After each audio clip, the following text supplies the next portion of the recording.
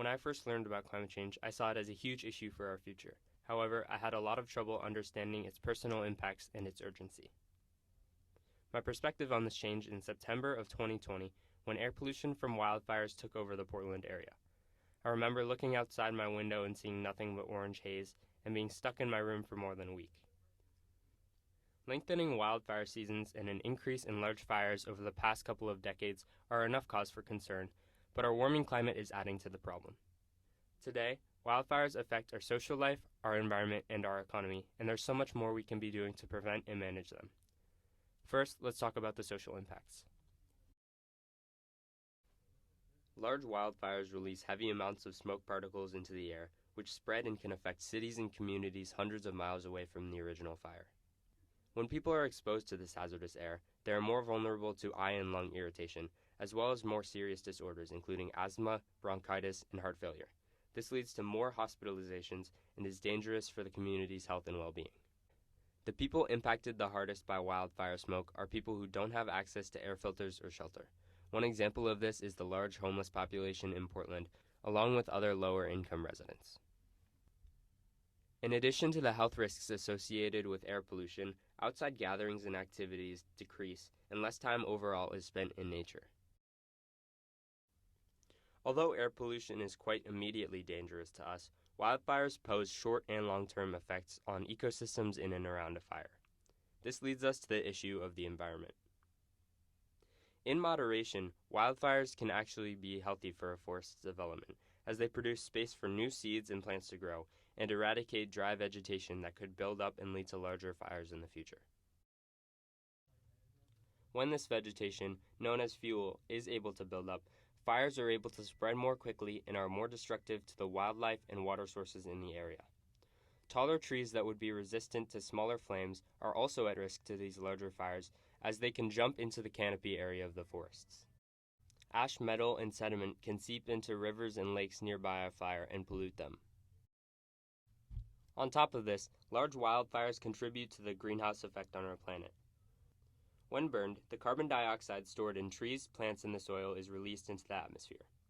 This is normally balanced out by the growth of new plants and trees. However, larger fires are harder for forests to recover from, and overall more carbon dioxide is emitted.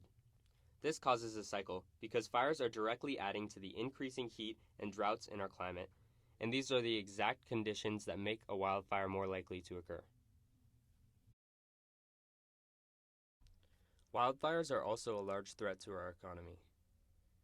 Unlike other natural disasters, we spend a lot of time and resources actively fighting wildfires.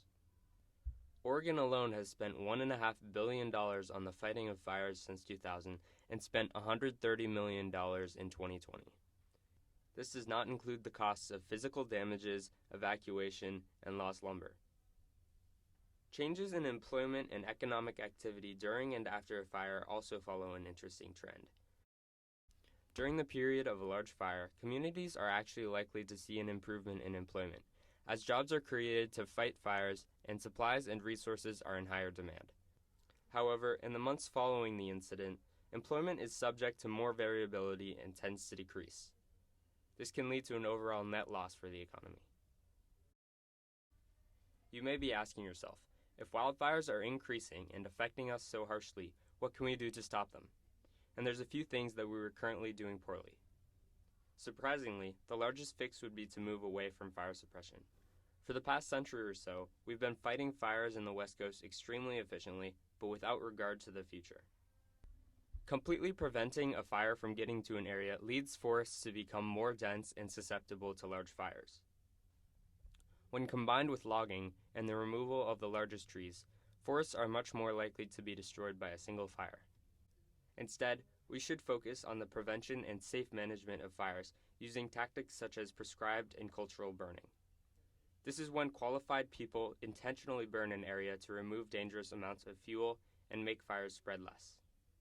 It is controversial because it's not intuitive to fight fire with fire, but it is effective and it simulates a more natural cycle of smaller fires. Finally, it is important to let a forest naturally recover after a fire and prevent corporations from logging in these areas. Salvage logging is branded as the removal of dead trees that would otherwise get no use, but they are actually vital to the habitat's reproduction and regrowth. Looking into wildfires has really helped me understand the gravity and urgency of climate change's effects, but it makes me hopeful because there's so many things that we can do to make a change.